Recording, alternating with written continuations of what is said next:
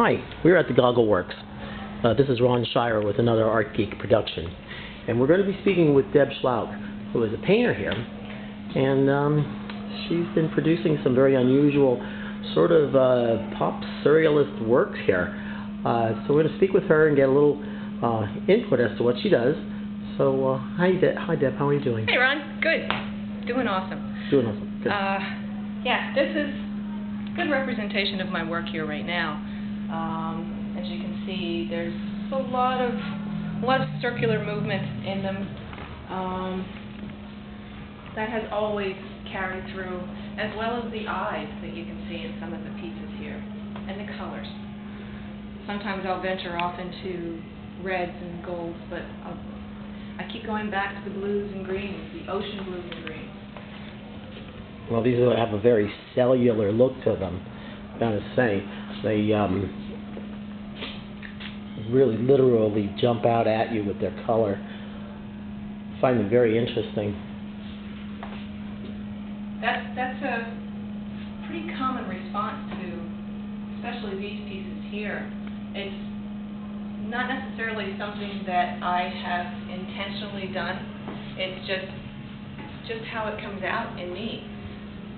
I pretty much just open myself up to whatever's available out here and my muses that are dancing around, and this is what comes out. I just try to stay out of the way and have fun. So you're pretty spontaneous then. You just start painting and it happens? Yeah, I find that the more I plan something, the more I try to construct and put something here and there and there, I just get in my way, and I end up getting more frustrated than anything and painting over what I had. So I just let it go, and that has just much more of a resonance in me to let that kind of thing happen. So you like painting on a pretty large scale then? Yeah, I do. Although I do paint on smaller pieces. I love painting on wood. It's just a nice firm surface to work on. Yeah, it's actually a little difficult to see the reflected details on these, but these are very nice. They have a nice textural quality. A lot of layers going into that. And most of my pieces do have a lot of layering to them. Whether it's the surface itself that's causing the illusion of layer, or it's the paint and the mediums that help build it up. But sometimes it's just the way it happens with the paint and the way the paint flows. It creates little ripples. Like this piece here, I took just the linen itself. I did not stretch it.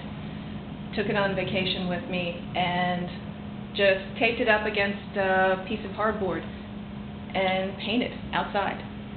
And it's got the creases left in it and other wrinkles and things like that. I wanted that to stay there. I didn't want that to come out. So you wanted those textural qualities to remain. And because I didn't gesso it, you can see through the linen when there's light coming through it. Right, before you turn the lights on, you could see that. Yeah. So these are more like snake eyes. Are these like bubbles, or are these representative of anything, or? Not really. The only thing that really jumped out at me was, this was actually done down in Florida.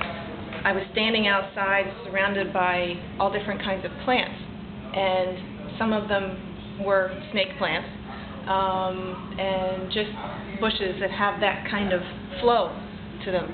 And I wasn't really trying to copy them. They just kind of flowed into me and made themselves available.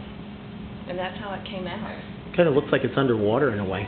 Yeah, that's what so much of my stuff ends up looking like. Well, it's this whole cellular thing. It seems like it's like everything is floating. They look like planets. They look like cells. They look like amoebas. It's like they have this sort of this organic feel to it. Because I do remember some of your earlier pieces from earlier shows had this whole sort of like abstract bubble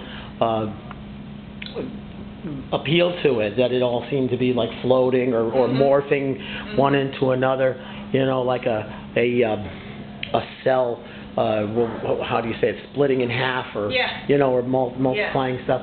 Yeah, they don't have that sort of effect to it. And this one's actually called Ocean Dreams. Ocean Dreams. Yeah. I do the little hands in it. That's kind of like, is that the artist's touch? After a while, it actually started to feel like I was in a Sargasso field under the water.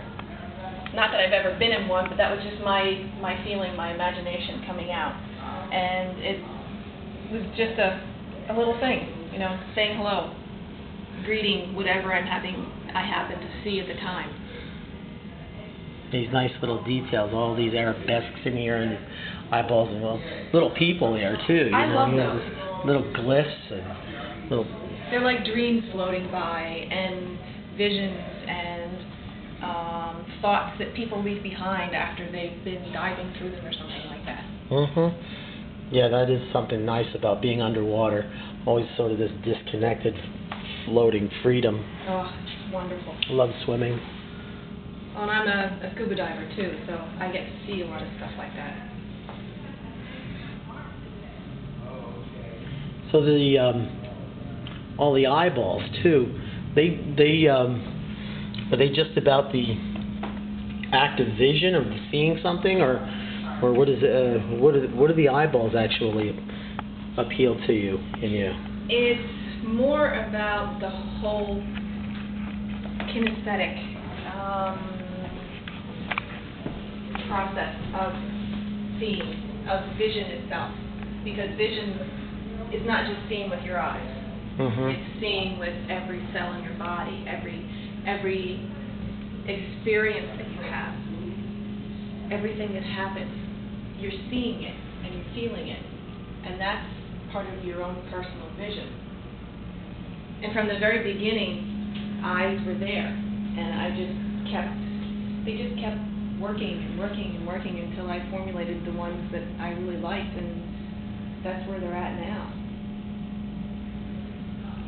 And even with the eyeglass lenses in the sculpture, they're just so much fun. People think that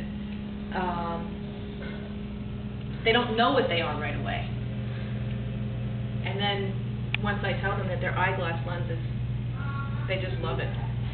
This big smile comes across their face. It's a nice touch. This piece is called Shattered Illusions. Mm-hmm. The box itself is actually an antique manufacturing form. It still has writing on it, and I like working with things like that. It's very nice.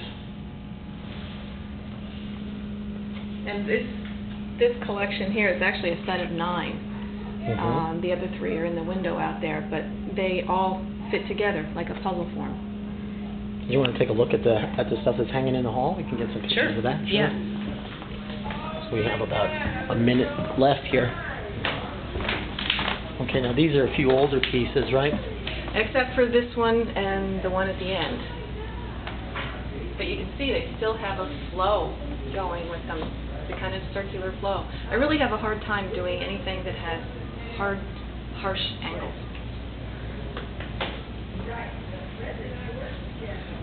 Yeah, this one's called Construction Circles.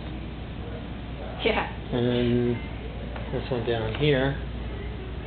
Construction site plan. Construction. You know, it's funny, I went through this whole process of renaming a bunch of pieces because they just weren't working anymore. And all of a sudden, it dawned on me how much some of these actually look like site plans. With us being a construction company, Barry and I owning a construction company, they just, you know, it made sense that some of that would leak into my my creativity as well. Yeah, we guess we should say that your husband owns a major construction company inside of the Berks area. Yes. Schlouch. Schlouch Incorporated. Incorporated, yes. Yeah. Yes, we have very a little popular, over 400 people. Wow. We're about to celebrate our 25th anniversary next year. Oh, great. Happy anniversary to Thank you. Thank you. Okay, well, we're about done here. I want to say this is Ron Schira with Deb Schlouch at the GoggleWorks, and thank you very much. Thank you.